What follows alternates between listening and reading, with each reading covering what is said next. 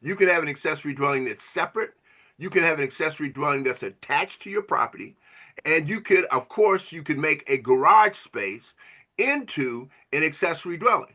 So depending upon what your potential, what your scenario is, you could kind of go off from there. And that's why it's important to have somebody that kind of will explain it to you. It's like, okay, here's what we've got, and here's what we can basically do. See.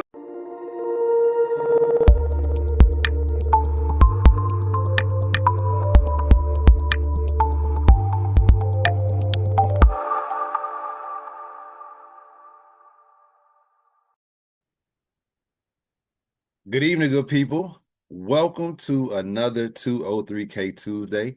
I am Aaron, the house person, and this is the place you come to find out everything you don't know about the 203K loan and learn how to use that loan to create, build, and sustain generational wealth. Wow. Um, wow. It's been a minute, y'all. It's been a minute. I can't say that I've been gone for good reason. I don't even know what to say, right? Life be life, and I've been living life. But I have been helping folks. I have been working on some projects of my own. I finally completed a duplex that I've talked about in a previous episode that it was a lot. And when I tell you and stress to you having strength of team matters, it matters. And then having backup players matters as well too sometimes. But again, that's a part of having that strong team. Lessons have been learned and will be applied to not only future projects for myself, but also projects for my clients as well. So, again, just like when I started the process of buying a home and went to a nonprofit that shall remain nameless because my mother said, if you don't have anything nice to say, don't say it at all. Um, you know, uh, the meeting with that certain agency was not enjoyable for me because in the meeting with the counselor, she looked at all my paperwork and she said, Mr. Person, you know you don't make enough money to buy a house in this area. Come back when you get a raise. Dagger. Ouch. I, when I left that when I left that meeting, needless to say, I had my hat in my hand, my tail tucked between my legs, and unfortunately, although I thought I'd be moving one step closer to owning a home at that time, that was not the case. Um, Sadly, had I not bought that dream, I actually could have bought a home during that time. Maybe not a lavish home, right? But I actually could have purchased. And that was a bad thing for me, but it ended up being the ultimate good thing for my clients because that's what helped me become a solution-oriented person. Someone who wanted to make sure that people had options, whatever they might be, here they are, right? Versus saying, come back, you ain't got it. you know so um so yeah, learned lessons from there, drove me to be someone that really wanted to pour in other people's cups and learn some lessons through a few recent projects, and those will be directly applied. But today is I'm excited. I have a guest on here who's going to talk about something that is a really, really fast growing trend and something that's, in my opinion, is going to be needed a lot more right now and in the very near future for a multitude of reasons. And we'll break that down in the episode. But who I have with us today um, is someone who is, you know, uh, a person that's that piece of the puzzle that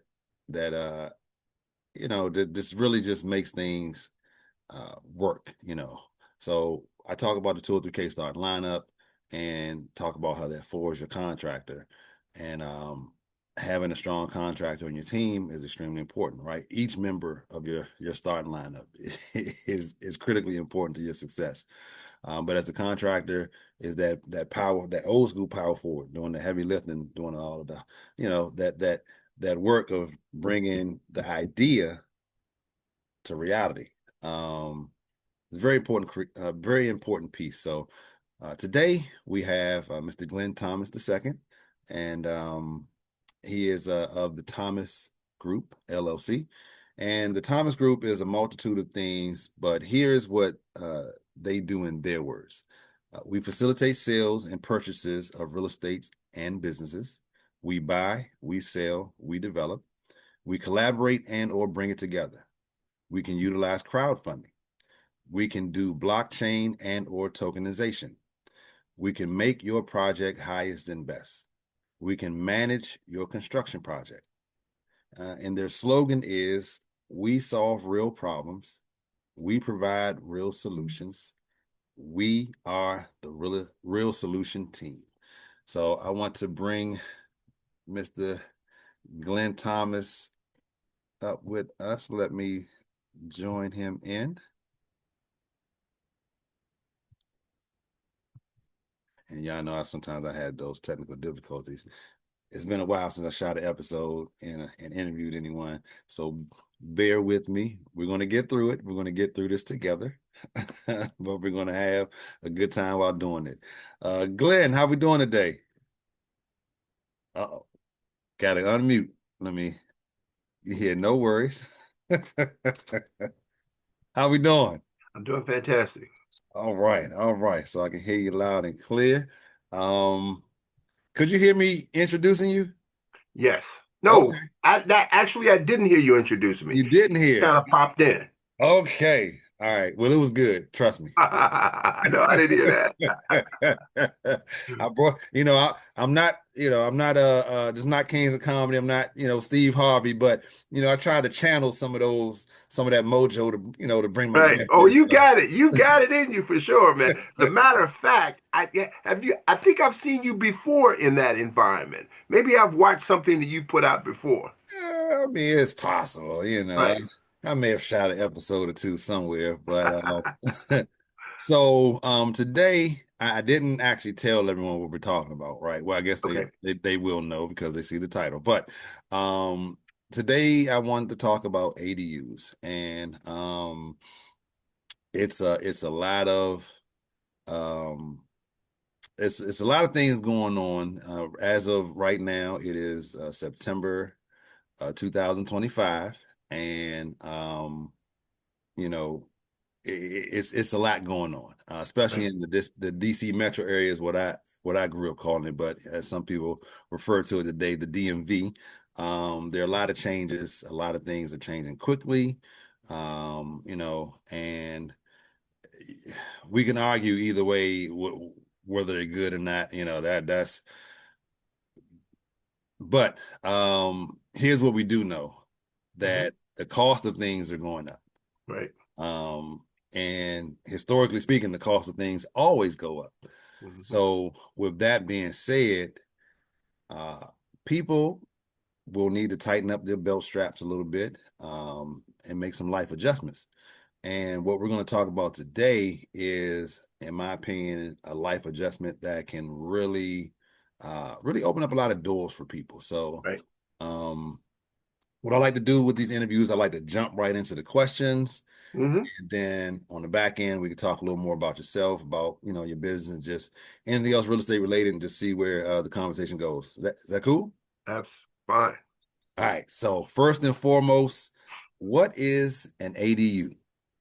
An ADU, which the ADU stands for an accessory dwelling unit, is a structure that you're allowed to legally build on your own lot.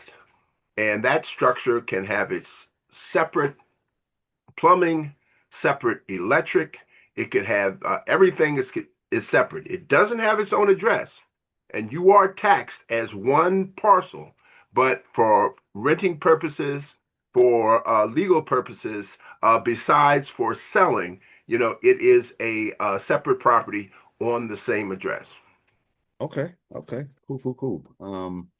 So accessory dwelling units, separate property, same address.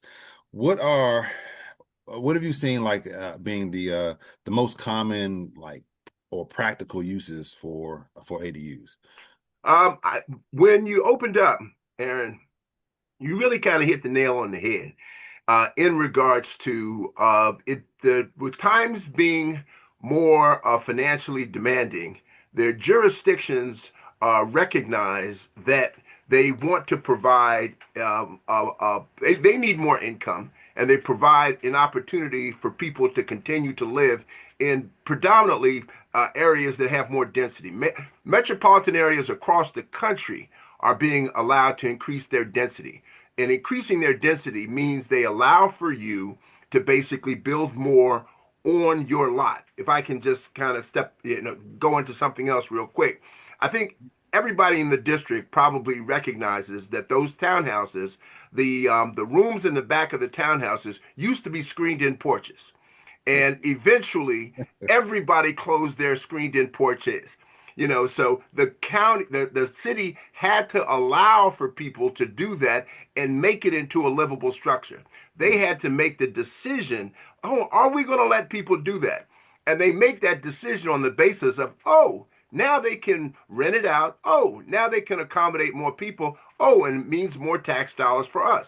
Well, the District of Columbia and every jurisdiction within the DMV and a number all across the country have come to the decision that they want more tax dollars and they're going to allow for people to put an additional structure on their lot. And there's a million reasons why people should do this.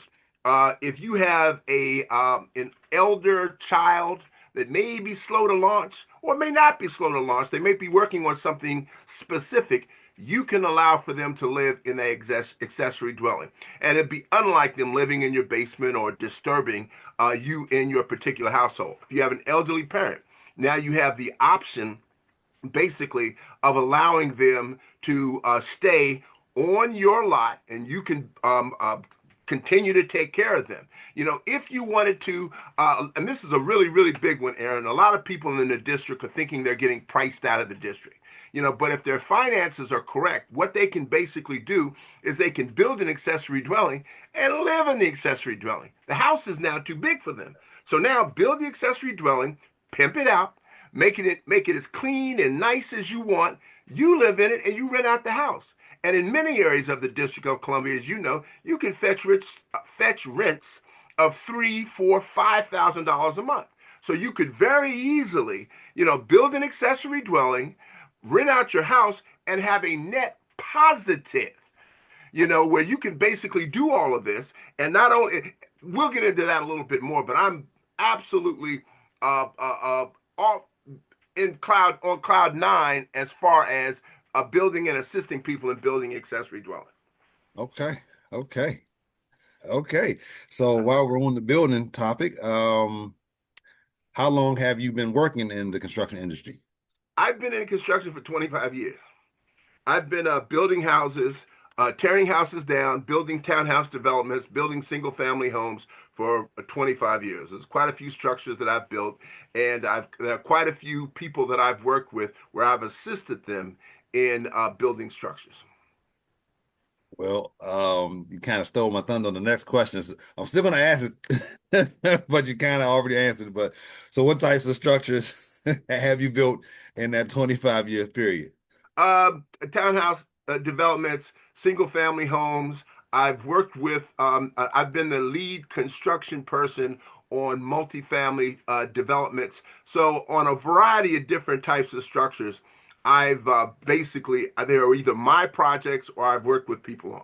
Okay, and these are ground up construction projects. Ground up construction. I mean, very often I have gutted a building and basically restored it like they do in the district. And essentially it's brand new construction, but we did not have to go ground up. And that's an issue that I definitely want to discuss with you later on, because sometimes the people are advertising, making false advertisements for accessory dwellings. And I want to kind of get into that a little bit more a little later.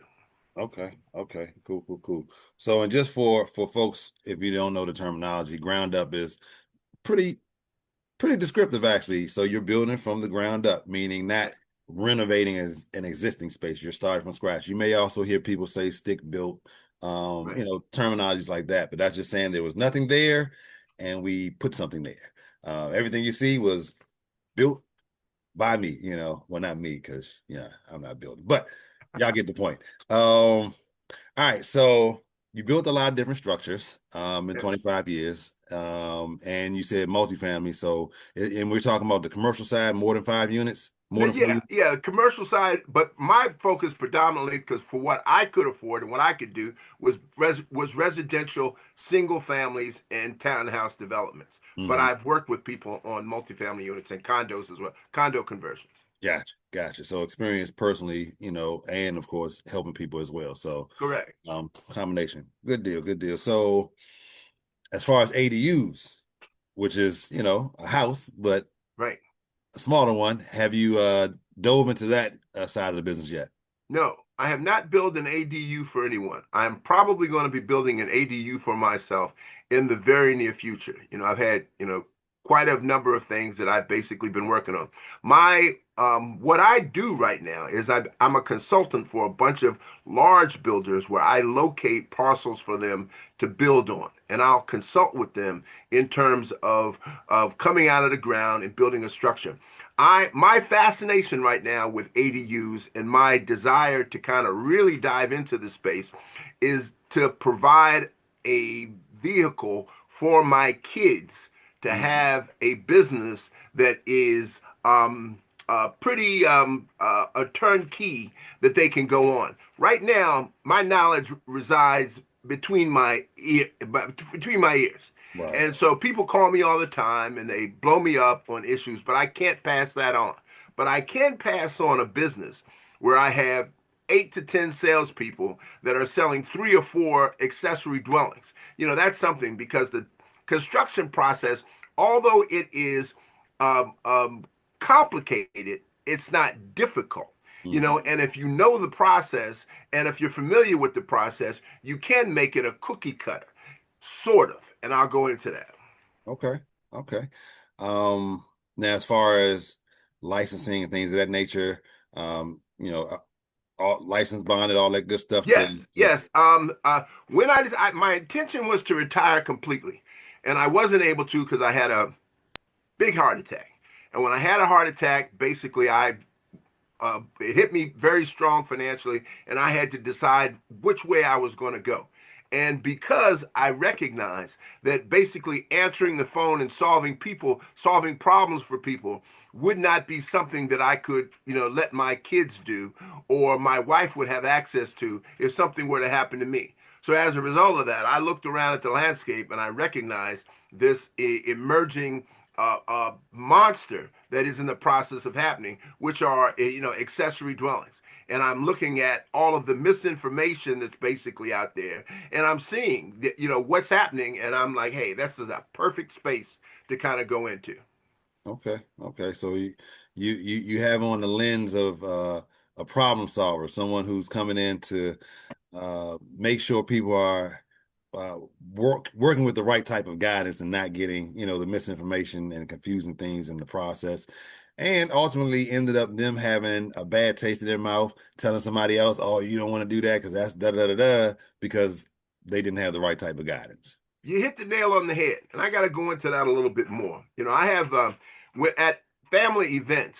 A lot of people end up gravitating over to me because they basically say, "Listen, I want to build my own house. Can you help me build my own house?" Mhm. And I'll basically say, depending upon who they are, listen, you know, if you're smart and if you listen, I don't mind you calling me. And I'll basically kind of help you with where it is that you might be in the process. And that also is to imply if you're not and you don't listen, then maybe we shouldn't talk. In the construction space, when people buy a new house, they basically buy a house that has zero equity. As a matter of fact, it has less equity.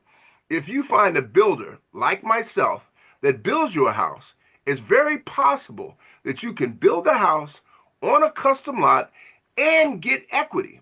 But technically, the equity that you're getting is money that the builder did not get. Now, the builder can make the process go so smooth that he doesn't have to make X amount of profit. He can make a Y amount of profit. And so at a family event, as you can imagine, I'm basically being approached by a bunch of family and friends. So I don't mind making Y amount of profit as opposed to X amount of profit on these houses, but I don't know who they are. I don't want to get in the middle of the stream and then realize that I have a person who's demanding me in such a way on a property and I'm not making what I'm supposed to make. So that is to say this, what you have in the landscape right now as far as accessory dwellings are concerned, you have people that are giving up complete misinformation. You basically just to bring people in so that they can get you and tie you up, and then you're captive until they finish their process. And then you have other people that are basically selling at the highest end of the retail. And they're just making sure you're going to be worth 100% of the problems that you create because I'm charging you out of the nose. So that's what you're looking at. And it's a perfect space for somebody like me because I'm so straightforward. Because I'm so straightforward, I'd want to have the conversation and say, okay, can we work together? Let's figure this out. If you can deal with me and if I can deal with you, great. We can have a win-win scenario. If we can't, you need to go work with this person or you need to go work with that person. And as and please don't call me when you run into a particular problem.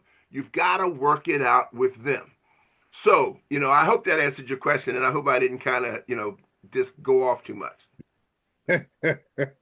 No, hey, this is a safe place. You share what's on your heart, and if there's a message that needs to be received, we'll receive it. So, Wonderful.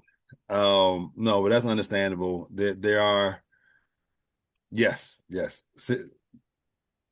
got you. So let me ask you this: when you are the process of navigating the like zoning and permitting, Right. and I know it's going to vary per jurisdiction because different jurisdictions, different rules, but in general, how tough is that to navigate? Let me see how can I put this. It may not be tough at all, but it Hmm. could be very difficult. It's exactly the same as if you go to a mechanic with an unknown issue in your car and you say, "What is it going to take for me to fix this car?" If the mechanic is honest, he'll evaluate it and then he'll fix it, and it could be simple. Or if the mechanic is honest, it could be an underlying issue that the computer is not going to tell you. He's got to figure it out. Exactly the same is true with an accessory dwelling and building on a lot. For example, you have easements, you have lot line restrictions, you have utility issues, you have neighborhood issues. There are so many obstacles that you have to navigate in a space and understand what you can do and what you can't do. There are neighbors out there that are prepared to shut you down on the basis of telling you you can't do that. You have to know whether you can or not. And if you enter into a contract with someone and a neighbor tells you you can't do it, and you basically just decide, I don't want to be bothered with this particular neighbor, now you've got an issue. So you need to deal with somebody that has the access to the team that would basically make all of these issues go away. There's ideally Montgomery County, Prince George's County, Arlington, Alexandria, and the District of Columbia have greased the skids in terms of doing accessory dwellings for the reasons that I mentioned to you before. They basically made it a very easy process to put an accessory dwelling in your backyard as permitting goes. As permitting goes, they've made it an easy process. So, with that being said, if you run into the perfect situation and you have your design and you've basically finalized your design and then it's ready to submit, you could be starting construction in 30 to 45 days. And it could be built in 45 to 60 days. But there's a ton of things that could potentially be that could happen in the process. It could be weather, it could be utility lines, it could be neighbors, it could be any one of a number of things that it could potentially be. So you want to be able to work with somebody that can navigate all those issues for you. Yes, that is extremely important. You definitely want to work with someone who can navigate those issues. So, if I heard you correctly, and of course, again, this is loose because things happen. Um, but you could have things done as soon as 75 days or as far as 105. But of course, again, it could be more than that. No, Um, no, no. Let me tell you what a responsible ADU company is going to tell you. Best case scenario, they're going to say is 6 months. They're going to say, but it can take 1 year. That's what a responsible company will tell you. mhm. And the reason that they'll tell you that is that if I mention the time frame that you just gave me, a customer will take What would you- 60 days to decide whether they want the bathroom on the left and on the right. And sometimes they'll come back and say, okay, can I get it? Is it going to be built in 15 days? So, and if you don't take the time to go over, listen, it's X amount of days after it's submitted. You know, it's got to be submitted. If you don't make that clear, and you might have just forgot to make it clear, you might have off the cuff said, "Oh, we can be done in 75 days." But does that 75 days mean 75 days? No. It means provided that the design is done, you've checked off on everything that you want, and now we're ready to submit. So a responsible company is going to say it's going to be anywhere from 6 months to a year. And we can't tell what it is until we basically get started. Gotcha, gotcha. Copy that. Now what were those counties you mentioned? The areas you said that are they greased the skids? Well, pretty much in every major metropolitan area in the country. It's almost spooky how they've almost collaborated, and decided that, hey, across the country, we're going to allow for people to do these accessory dwellings. But DC, Montgomery County, Prince George's County, Alexandria, and even some of the further counties out have basically lessened regulations to be able to get an accessory dwelling built. DC, what they've done is unbelievable. How they've basically, because DC has been problematic in the past as far as permitting is concerned, but they've cut out a bunch of the red tape to kind of get you to the finish line. Nice, nice. Okay. You touched on this a little bit before, but I want to go ahead and circle back just to hammer it home for folks who may not have heard it.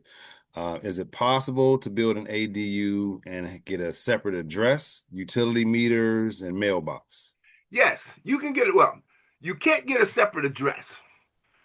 You can't get a separate address unless you subdivide your parcel, and then that goes into a whole lot of other category. You have to subdivide it, and then technically, then you'll have two houses.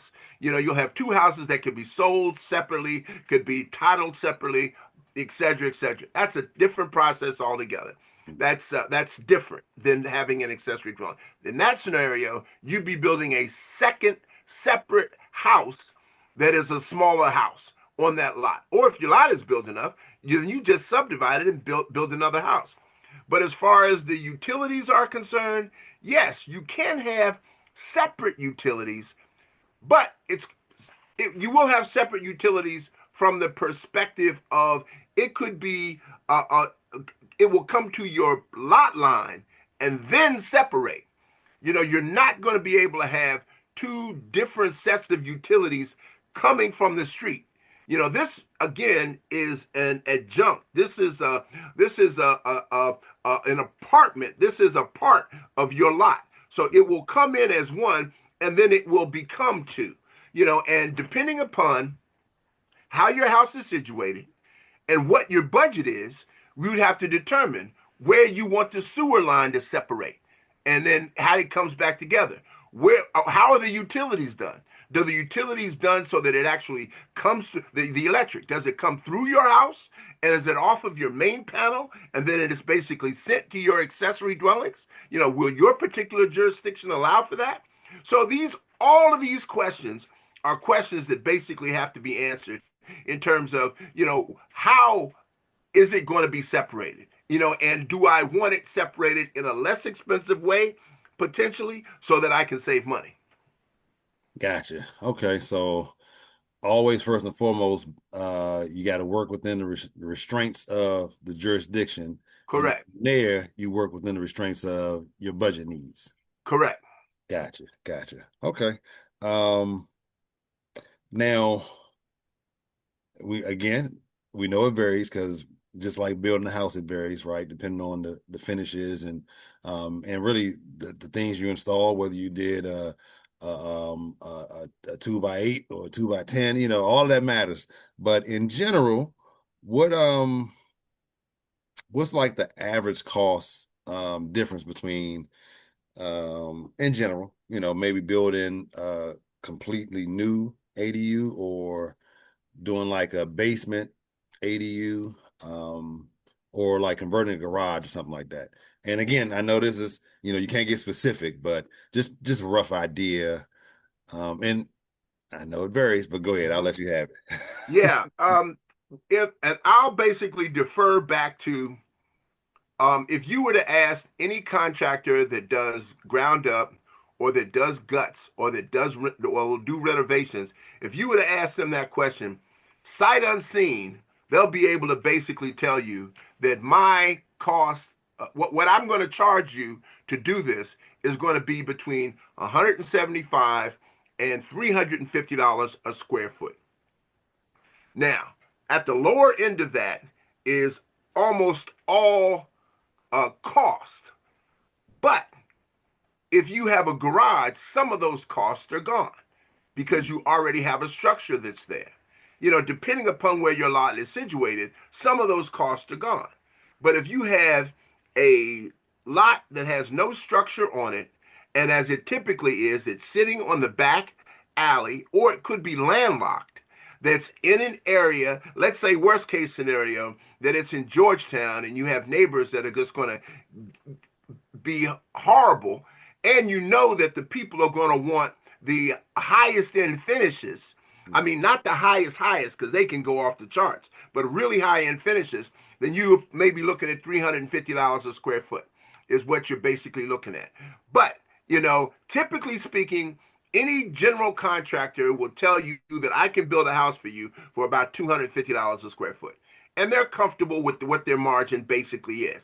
And it could be less depending upon, what you would be happy with as far as your finishes are concerned. It could be less depending upon how the utilities are situated. And for an accessory dwelling that could be potentially, because an accessory dwelling could be attached to your property, as you mentioned. Thanks for bringing that up because I didn't. You can have an accessory dwelling that's separate. You can have an accessory dwelling that's attached to your property. And you could, of course, you could make a garage space into an accessory dwelling.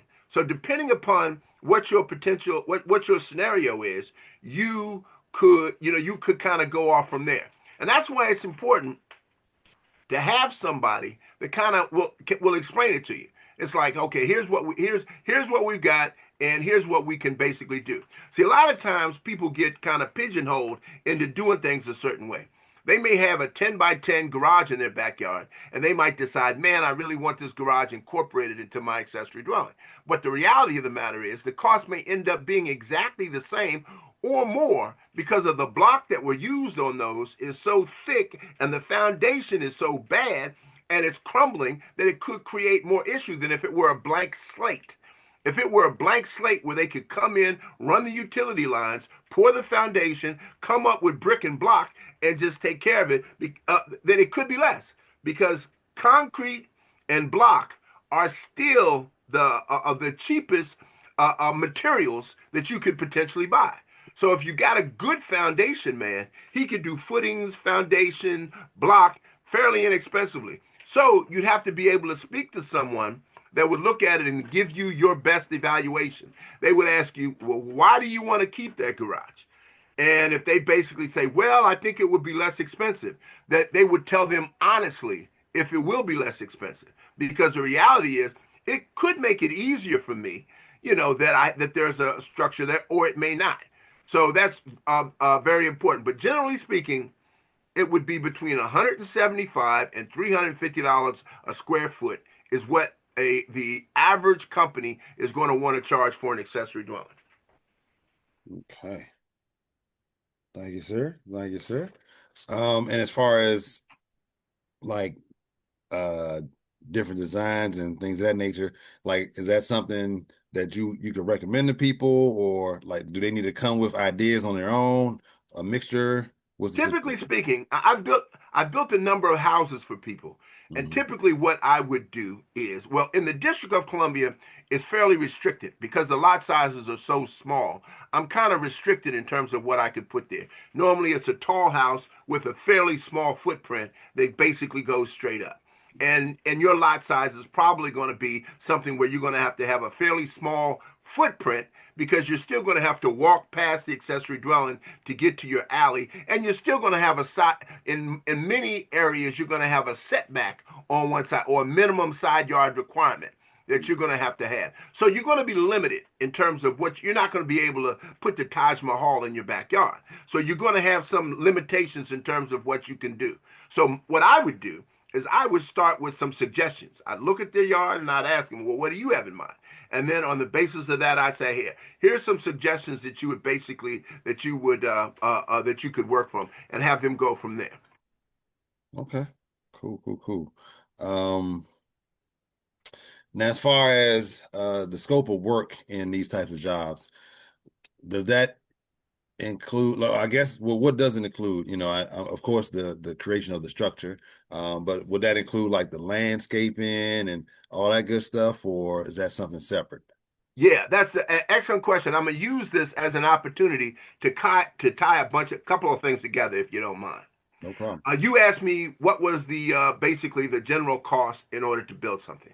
I Mm. gave you a very straightforward answer, in terms of what that cost is. So anybody could do their calculation right now and figure this is basically what it's going to cost me. But in their mind, they're probably saying this doesn't line up with what I've seen online. Because when I've seen online, I've seen this prices and this prices. And what I would basically tell them is, though, if it's under the figures that I've given them, those prices aren't real. And you can Google it. What they've done is they've included they're quoting you on one category, and that category is the framing and the building shell. They're not quoting you on the design and engineering. They're not quoting you on the permits and fees. They're not quoting you on the site preparation. They're not quoting you on the foundation. They're not quoting you on the MEP, mechanical, electrical, plumbing. They're not quoting you on the interior finishes, and they're not quoting you on the utilities and hookups. And they're absolutely not quoting you on the landscaping. That's absolutely separate. However, anybody that's a decent general contractor understands that if I'm going to do an accessory dwelling for Mr. Person, that he wants to have a finished product when it's there. And if I allude to anything else and deliver anything else, then I've deceived him. But they're running advertisements right now. You could pull up an advertisement that'll say, hey, I can put an accessory dwelling in your backyard for $15,000, $20,000. And my question to them is like, listen, that's less than the cost of the materials that you could buy at Home Depot. So you explain to me how they can sell it to you for less than the cost of the materials, or how it can come from China, be sent from China, and be less than the cost of the materials here. You make that make sense to me. And if you do, and if you find a place, then I'll stand in line and buy those things all day long. So it can include landscaping. The figure that I would give it, if I had this conversation with you and I've given you a range, and if you were to basically say, hey, Glenn, I need it to be 2.25 a square foot. I want it this size and I want it to cost this much. Then we'd work it out. That's all a part of the negotiation. It's like, hey, well, even though landscaping is not going to be, but you know, anywhere from $1,000 to $1,500, that's money that I might need, because you can't account for things. You don't know what you don't know until you find out you don't know it. You don't know if you basically are start digging and somebody's basically buried an entire building in your backyard.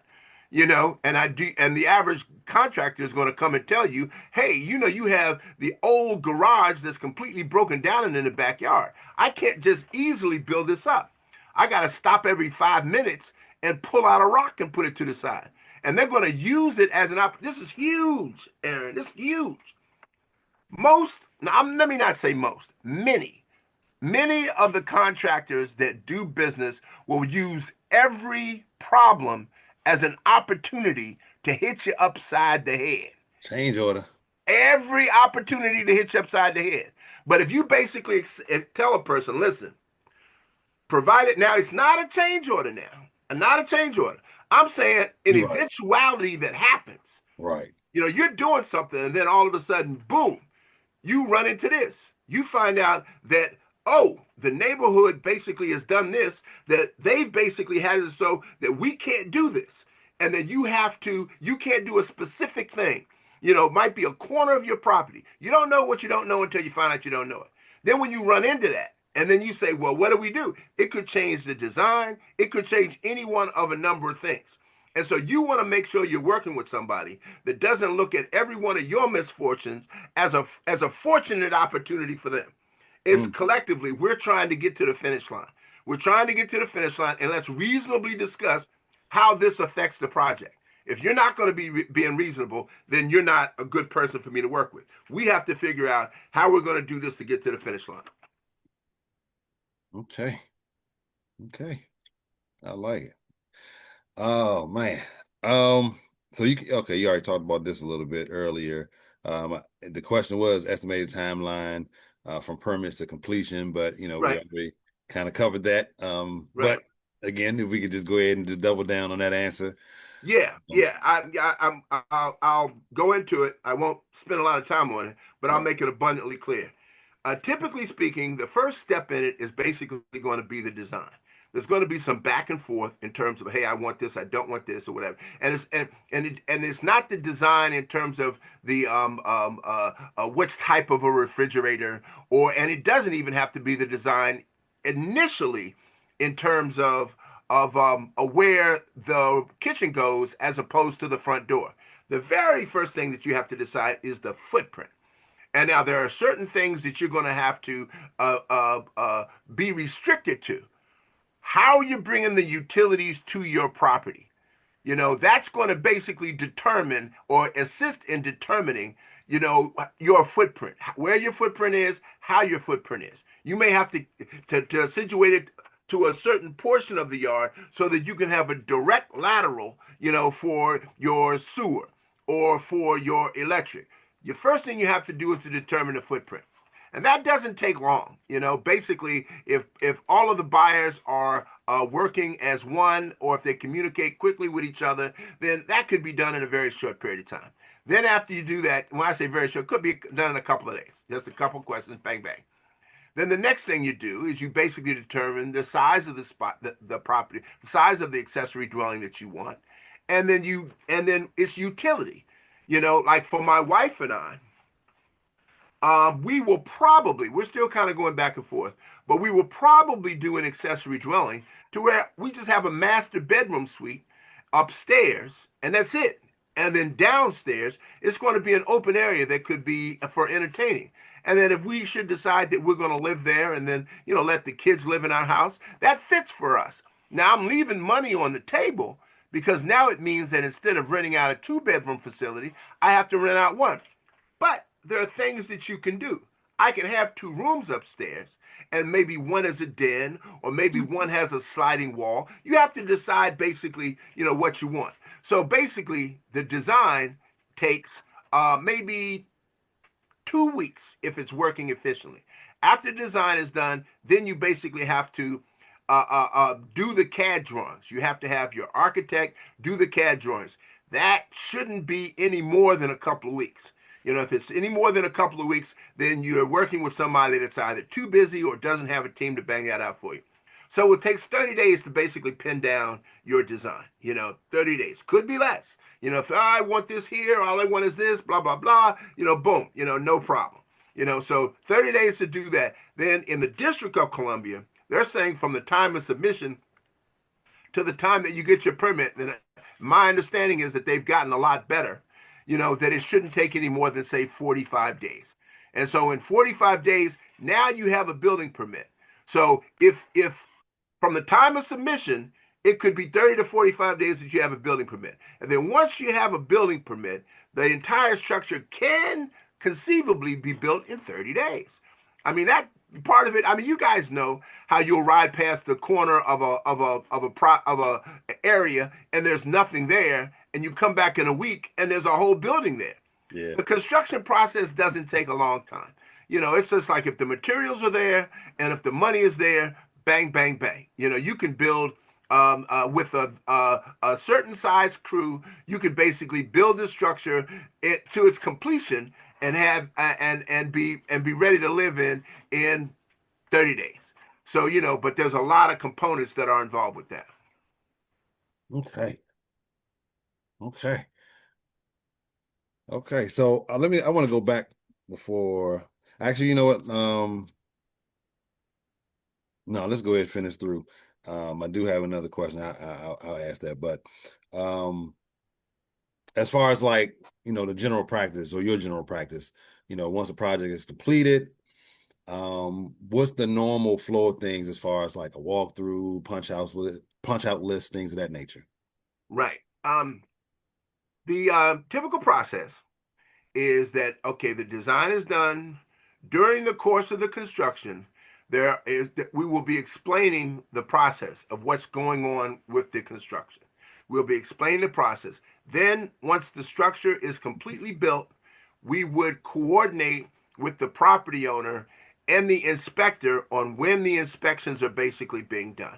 Then, once all of the inspections are done, then the owner would could participate in the final inspection, or me or one of my guys could walk them through the final inspection.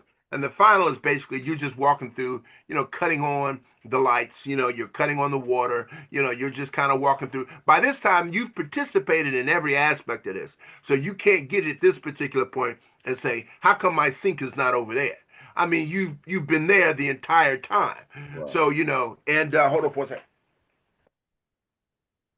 And at that point, the final punch out, the final checkup should be just a formality. If it's everything is done correct, and if the owner is participating in every aspect of it, then by the time you get to the finish line, it's basically just a formality.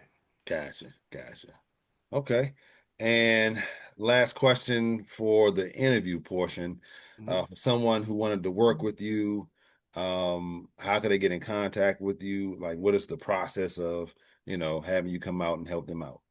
Sure. My son and I's construction company is called the Pivot Team, and we have a website. It's called, and you go to thepivot.team.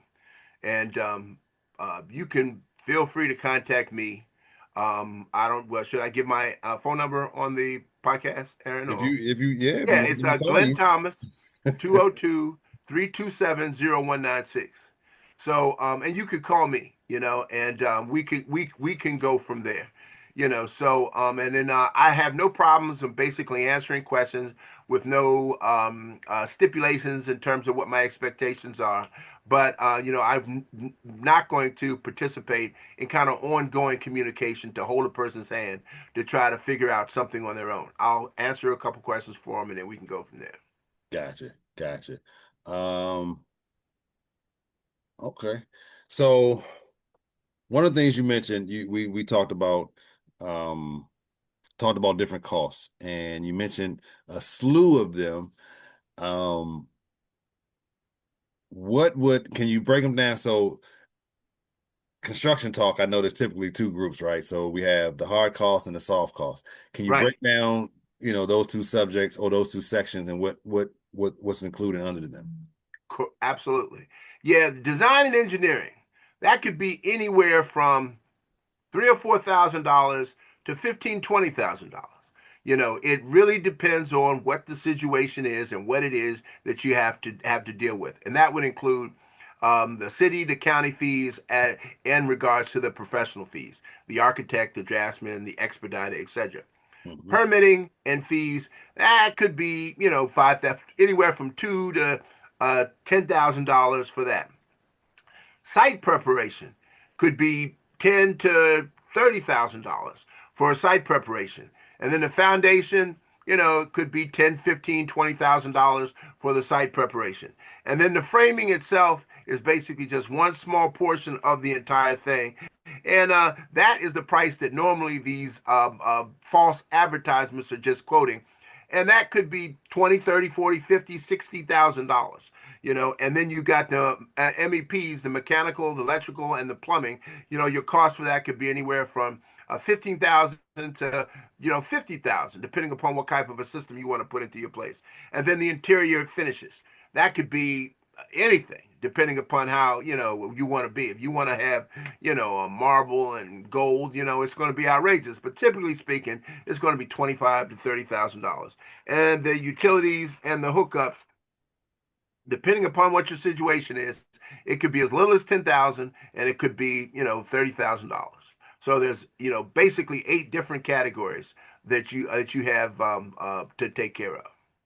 And so if we were to put those categories in different sections, which ones would be considered soft costs? And then, of course, if you also can explain what soft cost is, Yeah, and which ones would be, considered hard costs and what that actually is as well. yeah. Soft costs is the designing, engineering, and the permitting, and that's basically done, up front. Those are basically your only soft costs. And then basically what would be done is that if you decide that you may be in the market to do an accessory dwelling, we basically come out, take a look at your yard. You would basically decide, hey, I want one, and I want it of this particular size. And then after you figure out the one you want of that particular size, we'd put a proposal together for you. We'd submit it to you. It would have the soft costs, and then it would have the scope of work, which would include all of the hard costs and all of the other things that I mentioned to you, the foundation, the framing, the MEP, et cetera, et cetera. And it would include all of those things. And it would include a timeline, in terms of what the expectations are in terms of doing it. And a provision within the contract that if any change orders came from you, which could be legitimate, then we would have to have a process to handle that. Because, change orders are oftentimes quite legitimate. You get and realize, oh my goodness, I realize I want to come in this way, and it's like, and it just dawns on you why it makes so much sense to come into the house this way. No problem. They're having a change order, but it should be a process that should be fair to the contractor. That's the big thing that normally happens. That you have larceny on the part of the contractor, and you have larceny on the part of the customer. The customer knows that if I change this up, his expenses have gone up. But I hope he doesn't say anything. I hope he just goes ahead and do it. And then there are many contractors that'll try to eat it, and then they'll just get upset during the course of the process. They slid this in on me. They had this change order. No, no, no, no, no. That's not a good way to build a relationship. The way you build a relationship is you write everything down, you sign off on everything it is that you're supposed to do, and you're going to tell them, listen, change orders are going to be dealt with change by change, but there is probably going to be an additional cost for whatever your change order might be. And so that has to be understood. And then once they've signed off on it, then boom, you're ready to go into the getting a deposit and then going from there.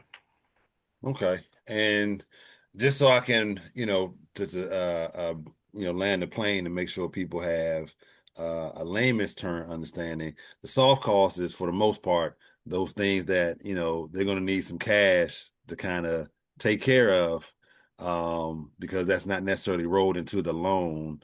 Um, in some degree, like some things you might be able to get rolled into the loan, but you're going to have some money up front to do those studies to, Right, as you said, the you said number one. I wrote it down. Where'd it go? The footprint, right? So based off right, of where the utilities are coming in or how you gotta, tap into the sewer lines, etc. And then the hard costs, of course, those actual we're actually building. Like right. we're what I mean, we're hammer the nail right now. So Correct. okay, okay, cool, cool, cool. Now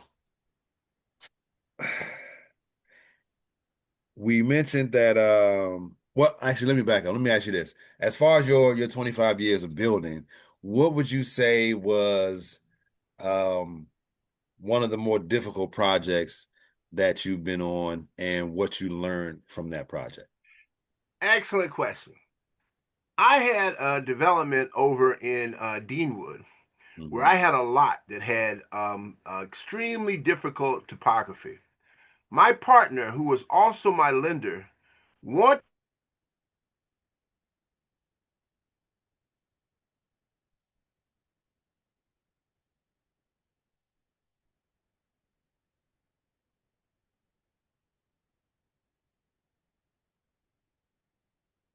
it. So I basically started with the most challenging part of the lot. The problem with the most challenging part of the lot, it was in the lowest part of the parcel, the lot, and because it was, the city wanted to me to show where was my water runoff going to be? And the property next door, it was going to go right there. Mm. And here is the problem. And they tied us up forever. And it taught me a lot. They were trying to get me to show how I was going to get water to run uphill. And I would go down there and I would talk to all the clerks in terms of how can I get water to run uphill? What can I do on this lot so that my lot can accommodate what I my situation? And they basically the people that I spoke with down there kept basically telling me, listen, we'll deal with that secondly after you give us some sort of a plan for doing as much as you can to make water run uphill. And I'm down there and I'm like looking around like, well, let me talk to somebody else. And technically they didn't give me access to anybody else for months. And then finally when I reached somebody else, I had a clear cut explanation for what needed to be done. And some lots have issues like this that you really have to determine. For example, there are rules and regulations for your water runoff to your property, your neighbor's house. And Mm. unfortunately, the rules are basically enforced almost in direct proportion to who your neighbor is. So, if your neighbor is not, connected, then, it's like, all right, that's really not a big problem. But of course, if you can situate things in such a way so that what you do on your lot has nothing to do with anybody else's lot, then fine. But you know what that means? That means that the alley in the back has to be situated, or the front of the property has to be situated in terms of its topography and its elevation, has to be situated ideally so that your water runoff goes into public space. That's what it has to be. And sometimes it's that way, and many times it's not. So, and again, you don't know what you don't know until you find out you don't know it. And I've had many construction projects where the soil was compromised. What most people don't know, Aaron, is that the most difficult aspect of any type of construction, and this is why my phone rings all the time, is coming out of the ground. Coming out of the ground is the most difficult part about it. So coming out of the ground, once you get out of the ground, it's boop, boop, boop, boop, boop. Just like I mentioned to you that, once you're out of the ground, you could actually get everything done in 45 days or potentially less. But coming out of the ground, you're dealing with all the real issues. Now, during the course of the process where you're doing all of your soft cost stuff, there are people downtown, very competent people in many circumstances, that are evaluating those real scenarios. They might be telling you, no, your soil is such that, you're going to have Helvetica piers. You're going to have to put piers there. Every property in this area is having structural problems because it's located too close to this or it's located too close to that. So you have to have piers. You're going to do this there. And then you might get a quote for a person for Helvetica piers, and it might be $200,000 because you've gone to the wrong person to get the piers necessary to do the job. So I mean, it's a minefield out there, and the most important thing is you're dealing with somebody in good faith. Somebody's working with you in good faith, and they're basically going to tell you what it is, and they're going to be straight with you in terms of what it is that you have to do. Wow. Okay. So they wanted you to have a magic wand Yes, and make water go against gravity. right, go go against the natural right. inclination to go downhill. They will. And Okay. here's the point to that. That person downtown wasn't empowered at all to think. All that they were told is that the water has to be off of their lot line. They weren't given any additional power, and they didn't say, well, what if it physically can't? Hmm. What did they do? And then that would have been an easy explanation. Their boss would have been able to say, the water buildup in this area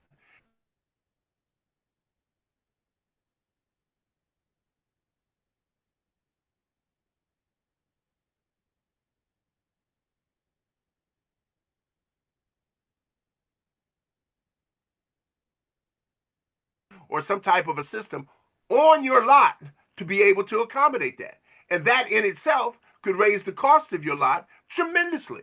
And you don't know this until you basically take a look around. Once you're familiar with this, you can go and take a look around at your where you're situated. And you can see, I've dealt with a number of partners of mine, well, a couple of partners of mine that have contacted me and said, man, listen, I've constantly got problems with water in my property. And then I come over and I look around and I say, man, your house is the low point for this entire neighborhood. Mm. And they're like, well, what do I do? And then I basically have to say, hey, let me work with somebody to help design you something so that, you will be able to make some type of livable space in your basement. So, again, you don't know what you don't know until you find out you don't know Find out you don't know it. it.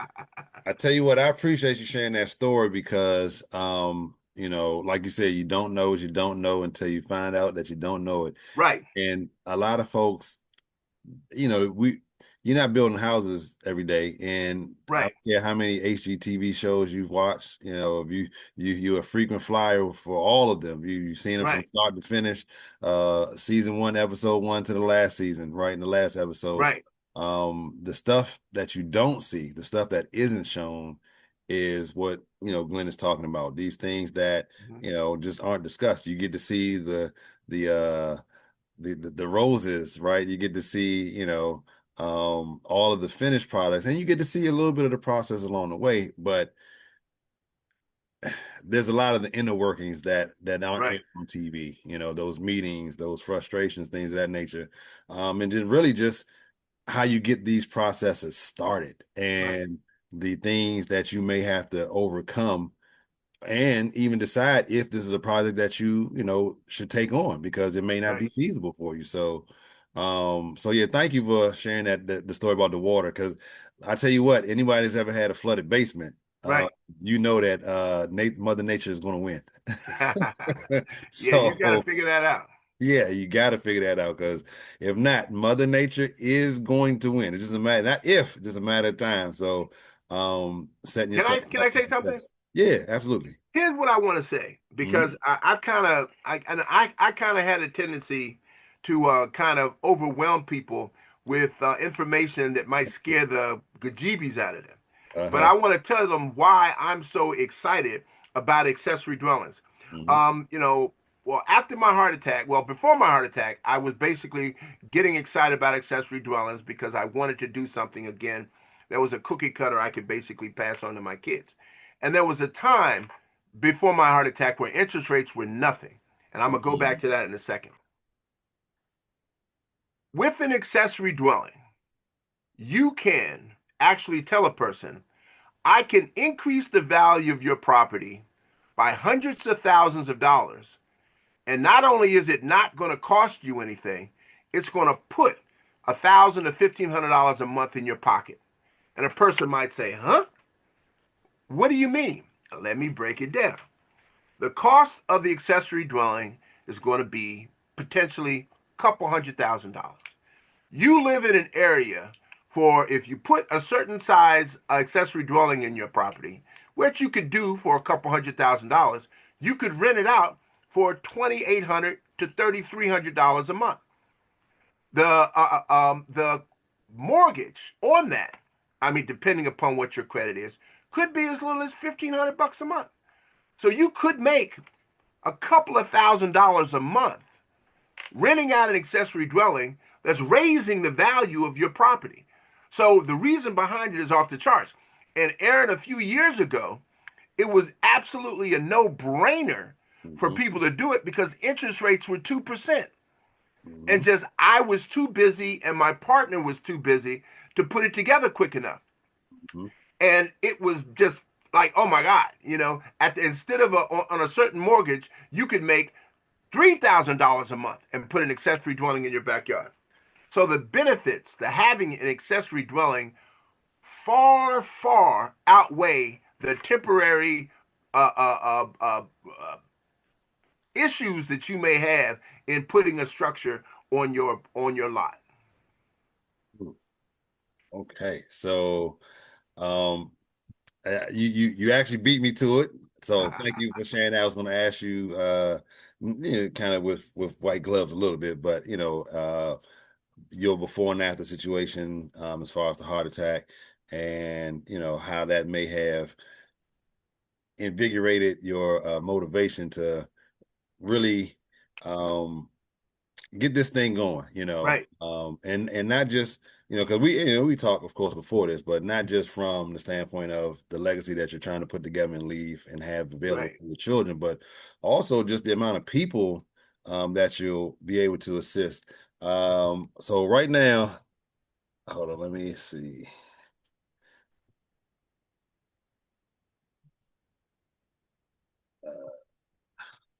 So right now we have about it says about 12,000 people is a range, but about 12,000 people turn 55 every day in America. And it's about a little over 11,000 people turn 65 every day in America. And the other thing with that is, and I know this from, my what I call my grand godmother, my mother's godmother. She spent a lot of money on assisted living facility. A lot of money. And those rates are, like 5, 6, $7,000 per month. And so when you look at the opportunity of accessible ADUs, right? And the fact that you can build a space where now you don't have to send grandma and granddaddy, auntie, uncle, mama, daddy, 100%. and sometimes even your children, you don't have to put them in that facility where they're paying an absorbent amount of money. You can now have a space where they can have their own space, you can have your own space, and but everyone's still together, Right, or a situation where if you're aging in place, right? right. Okay, I got a house with stairs. I mean, yeah, there's room to, maybe add a space on the main level, but you know what? I talked to Glenn and he was telling me that if I could build a separate unit in the back that works Hmm. for me, I can rent out my main house and then Hmm. I could just, help take care of my retirement and I don't have to Right, stress as much. Or, you know what, my family, um, they're caught up in life changes and they may have lost their job, right? And they may need to downsize. Well, okay, instead of you going to that apartment, I have space in my backyard. You got your own roof. I got my own roof. Everybody's right, happy. right. There's a lot of opportunity available, and Absolutely. so I thank you for coming on the show to help get this message out because Right. I it's I think this is a very viable way for people to go for a multitude of reasons. One, to keep that family core together. Right. Two, to really save lots and lots and lots of people's hard-earned money, right? Right. Because again, what we're able to pass on will help the next generation to be able to better succeed. And the more we're able to pass on, the better, in theory, right? The better they'll be set up to succeed. So Right. I see ADUs as something that really just unlocks a lot of doors. What are your thoughts on ADUs overall? I mean, I know Bingo. the excitement. We like I said, we've had Yeah. conversations, but just for other people who are just meeting you, like how do you see ADUs being a game changer for people? Yeah, I mean, you nailed for me probably the most important points. If I can, my son right now is basically has a piece of land that he's going to be putting an assisted living facility on, and I was with him years ago when he basically bought the lot, and I've been wanting him to do the entire process himself, but he's very busy. He's doing very well, and he's been kind of slow to do certain things, but he's really kind of picking it up. But we purchased a lot, or he purchased a lot before COVID. Mhm. And when he purchased it before COVID, it was going to be a small assisted living facility. Before COVID, the average assisted living facility or nursing home was huge, and they're not synonymous. Assisted living and nursing homes are not synonymous. Assisted living, and nursing homes are nursing homes. But before COVID, there were and there still are these big nursing homes. After COVID hit, as the world knows, especially in America, These big nursing homes just got pummeled because of all the bad reasons not to put your elderly person into a facility that's grouped in where, I mean, just exaggerated. You saw clearly. And even if there was a movement before for people wanting to age in place, COVID exploded it. I mean, it absolutely exploded it that the average person would think in terms of accessory dwellings, think in terms of aging in place at home differently. Yeah. You know, they think in terms of aging in place at home differently. It's like, okay, I'd like to age in place at home. Here's the thing, and I'm, going to say some stuff that some people might not be really happy with. When you're aging in place and you have grandkids and you have other family, when you're older and you have people coming to your house, an old person's house is different. It's just different. It's got a different smell. It's got a different feel. It's got a different thing to it. I adore my grandbabies. I adore my kids, but I recognize that, hey, I'm going to either need to get an apartment or a condo somewhere, and they can come and visit me, and then I'll come see them. I'm too self-conscious if my old thing is impacting how they feel. I'm 65 years old. 5 years, I'll be 70. My old thing is going to become more of an old thing. And because of that, I want my loved ones to feel most comfortable around me. Praise God that I basically have my mind, but I don't know how long I'm going to have it. Hopefully, I'll have it for another 25 years. Amen. Beautiful thing about an accessory dwelling is that it can be structured, it can be built in such a way so that you do not have to liquidate the value in your house to stay in a nursing home. You can basically put your property in a trust, build an accessory dwelling, situate what you have to situate so that somebody could come in and assist in taking care of you, all being with your family while your property value is going through the moon.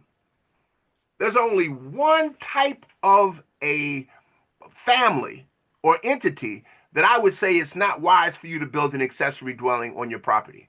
And that person that says, you know what? I could never see having a need for that. And I just make so much money that I'm just going to move. If you don't have family you want to accommodate, then okay. You just don't want to accommodate family. Or if you don't see the need that those additional finances could help you, I understand that. Because it's like, okay, once you build this, now you have a property that's worth a lot more, and that you may have people that want to buy in your neighborhood that don't want to pay 1.8 for a house. They just want to pay 1.1. Real stuff. Real stuff. However, because of all the things that you mentioned with more and more people aging, there's going to be a very big market for people saying, I want that. But preferably, you're able to build it and your kids can keep it, and you have 3 different sources of income from that one lot. You can rent out the accessory dwelling, you can legally rent out your basement, and you can legally rent out your house. So that even if your kids are basically saying, I don't want it, I don't want nothing to do with it, what can I do? It's like, oh, you know what? You're in DC. You can get 12,500 and we don't owe anything.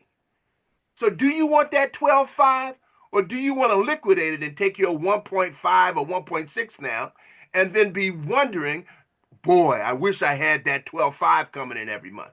So I'm on fire about it. I was on fire about different things before I had my heart attack. Before I had my heart attack, I was on fire about some big stuff that I was in the process of doing.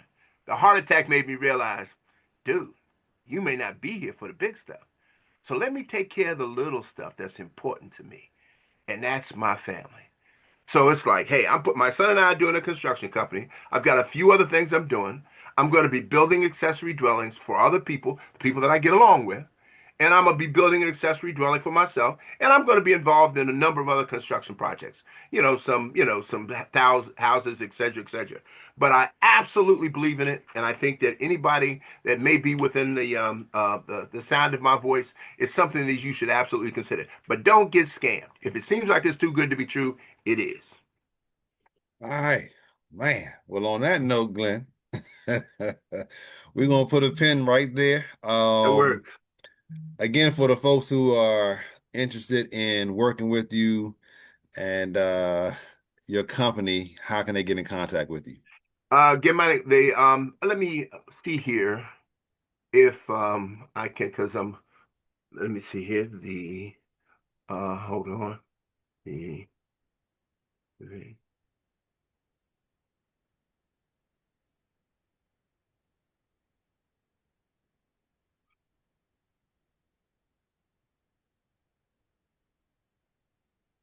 can I share my screen? Is there a way I can share my screen? Mm, yes, you should be able to. Let me see here.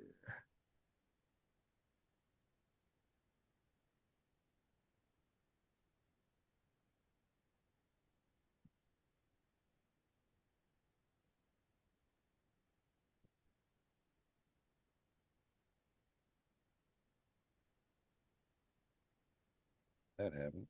Okay. uh, Okay. all I right. sent a request to share your screen. You should be good now. Okay.